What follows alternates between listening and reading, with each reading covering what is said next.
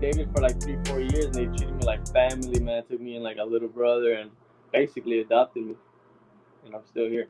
How old were you when you first started working with Jose I Benavidez? think I had just turned like 18 or something like that. Because then I trained a whole year before I went pro. I turned pro at 19, and then now I'm 21. I'm about to be 22. That's what's up. Well, I'm glad you made that decision because your name have been buzzing ever since the news came out of you knocking out Teofimo Lopez in sparring. Yeah. How have the reception been from the fans on your end? Some actually love it. They're showing me a lot of love. There's always like the group of people that can't accept it. I'm okay with that though. I'm just here to show everybody what I can do.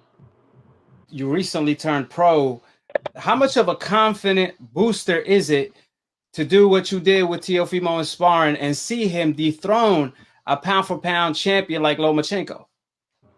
It's a great feeling, knowing I can be in there with him and hang with him.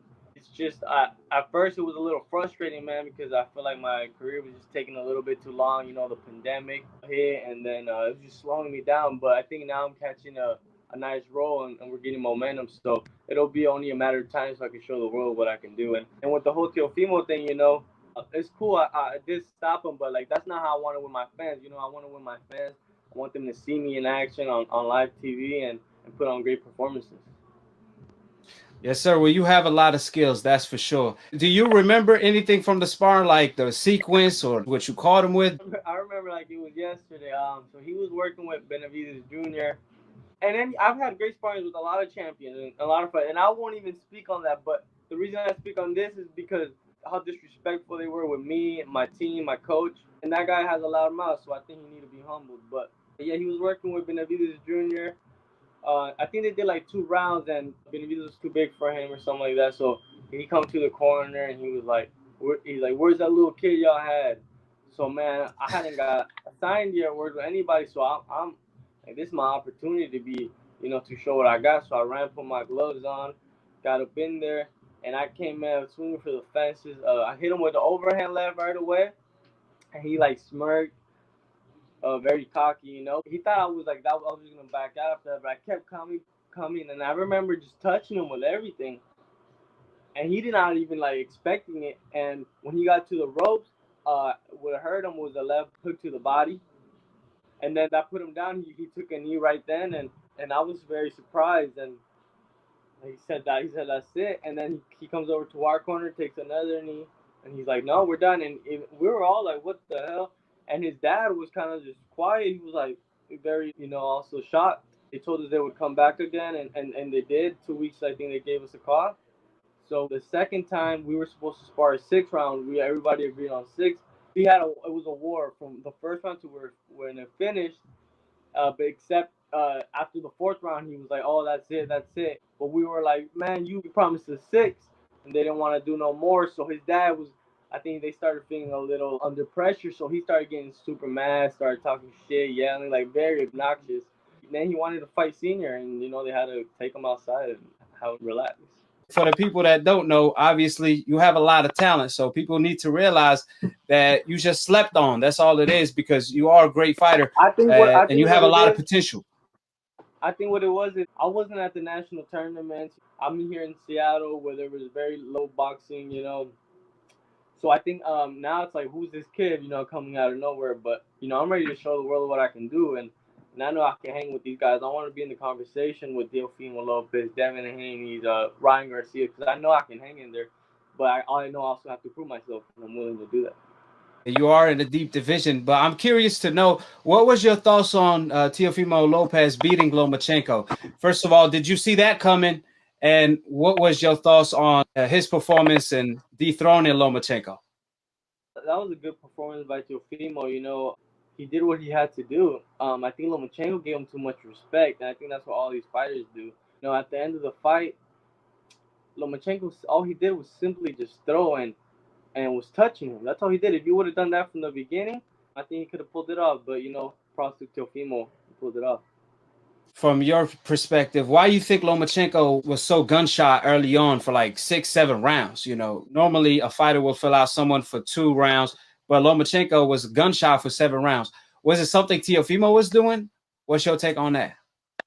I think so. I think he just respected him too much. Maybe he felt he was strong, but I think if he would have wore him down a little earlier, he could have pulled it off. But I don't know. I was in like camp with Loma, so I don't know if really his shoulder was hurting or whatnot. I really don't know. I think maybe it could have been the shoulder. Maybe he felt the power of Teofimo.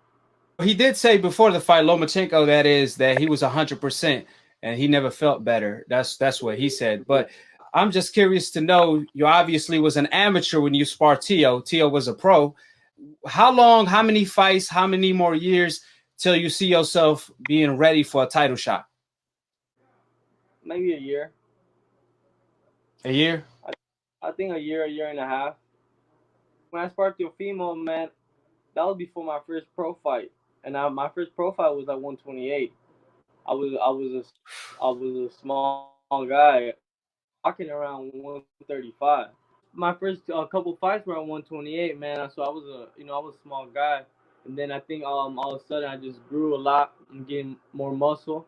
I think I'm getting my man strength. So now I'm walking around like north of 150. So I'm feeling very strong and just better from all angles. That's a big statement, knowing the fact that you weren't even a lightweight at the time. You did your thing with Tio. So, who was some of your favorite fighters growing up in the sport of boxing? Yeah, I'm a lefty, so I love Pernell Whitaker. He was one of my favorites. Julio Cesar Chavez for the body shots, and then Oscar De La Hoya. I used to love his jab, and then of course Floyd Mayweather. Right now, I really like Inoue. I think he's a Japan fighter, the monster. Right. Great fighter, yeah.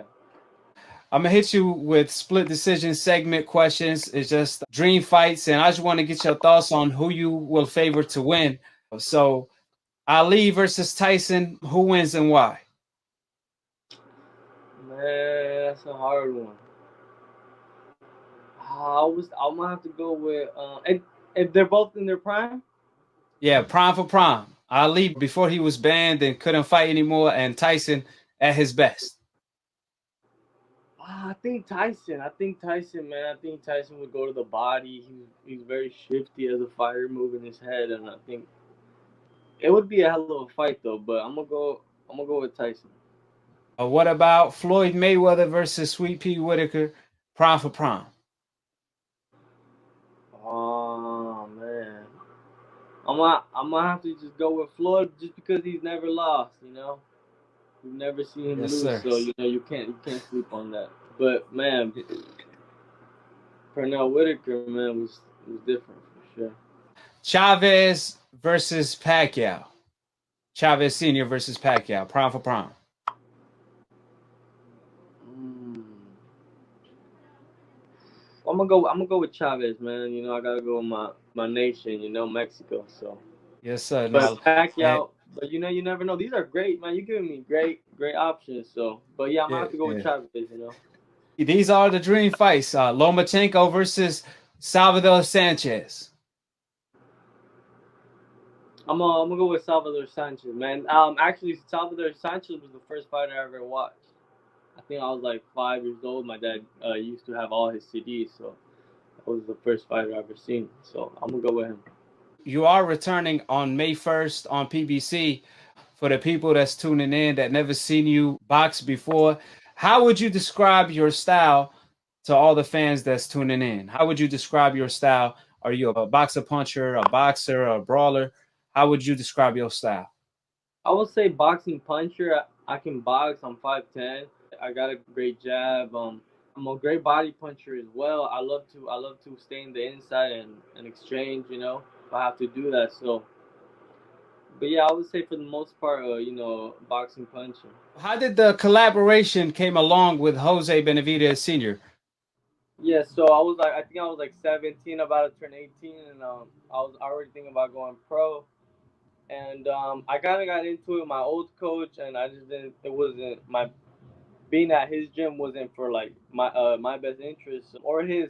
So I went with another guy. His name was Isaac Tadeo, who was used to work at Seattle Boxing Gym, and he used to train with Benavides years ago, like almost 10 years ago, and he had heard that David and them were in Oregon, which is like 3 hours away from where we're at. And so he kept calling Benavides like, "Hey, there's this kid here who's very good. He's not working with anybody, and He kept bugging him.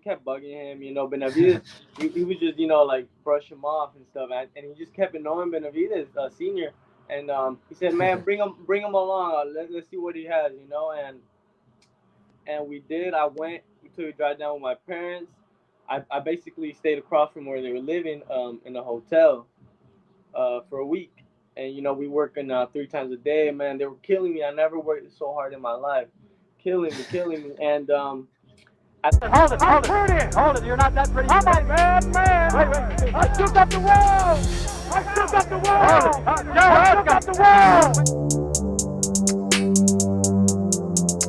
I bear witness, there's only one God, Allah, and Muhammad is his final messenger. That's what I said, Larry, on the bungle fight. Thanking you. They call me the problem, but you could call me the can man, cause anybody can get it. Africans, Americans, Dominicans, Mexicans, anybody can get it.